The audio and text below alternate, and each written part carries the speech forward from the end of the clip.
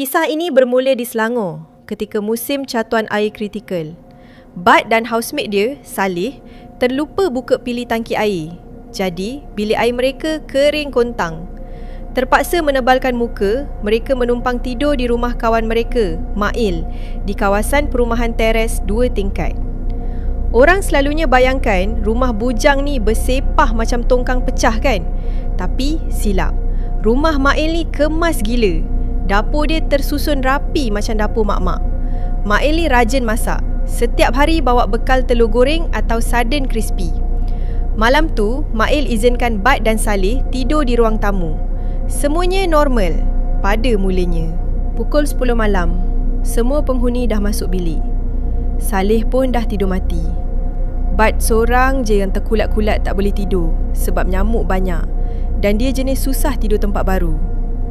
Dalam kesunyian malam tu, Bud mula dengar bunyi-bunyi klise rumah berhantu. Tuk, tuk, tuk.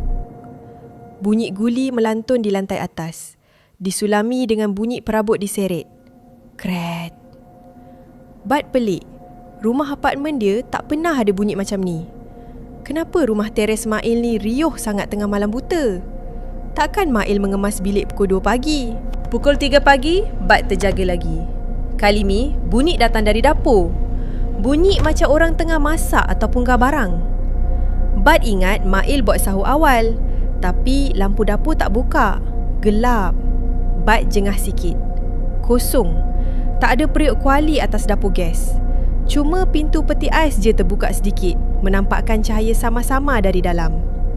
Siapa yang buka peti ais tapi tak tutup ni? Bud beranikan diri masuk dapur dan tolak pintu peti ais tu rapat. Masa dia nak pusing balik ke ruang tamu, mata dia tertangkap sesuatu di lantai. Bud nampak ada satu alas kaki warna hitam dekat sinki. Rupa dia pelik, berambu-rambu macam rambut manusia yang melirik panjang. Bud tenung benda tu. Tiba-tiba, alas kaki tu bergerak sendiri.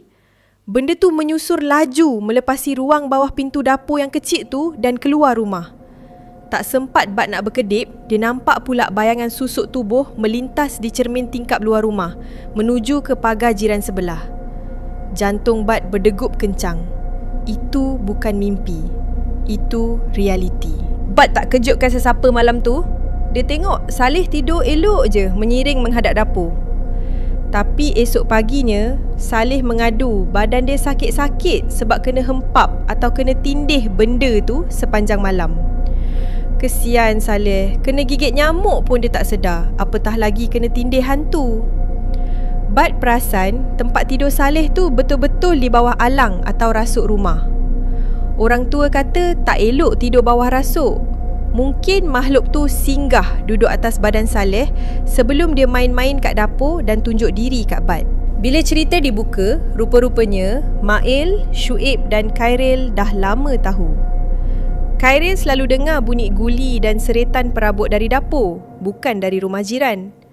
Mail dan Syuib pula selalu dengar bunyi air mandi dan tapak kaki naik turun tangga. Dorang syak makhluk tu masuk ikut lubang angin bilik air. Paling pelik, Mail ada bela kucing. Setiap kali bunyi-bunyi tu muncul, kucing tu akan hilang gaib. Kurunglah dalam sangkar besi macam mana pun, esok pagi pintu sangkar terbuka sendiri dan kucing tu tidur kat luar rumah. Macam ada benda yang tolong bukakan pintu untuk kucing tu lari. Walaupun seram, makhluk ni ada satu tabiat pelik. Dia tak kacau makanan dalam peti ais dan dia tak mencuri. Malah, periuk kuali kat dapur kadang-kadang tersusun lebih kemas dari biasa. Mungkin rumah tu jadi tempat persinggahan jin yang pembersih. Mail dan kawan-kawan dia tak pindah pun sebab dorang dah lali. Asalkan hantu tu tak kacau secara ekstrim, dorang buat hal masing-masing. Kesimpulannya, ketenangan rumah tu bergantung pada amalan penghuninya. Bud dan Saleh bersyukur rumah apartmen dorang walaupun cat kusam tapi tenang sebab dekat dengan surau. Sekian kisah tumpang mandi di rumah Mail.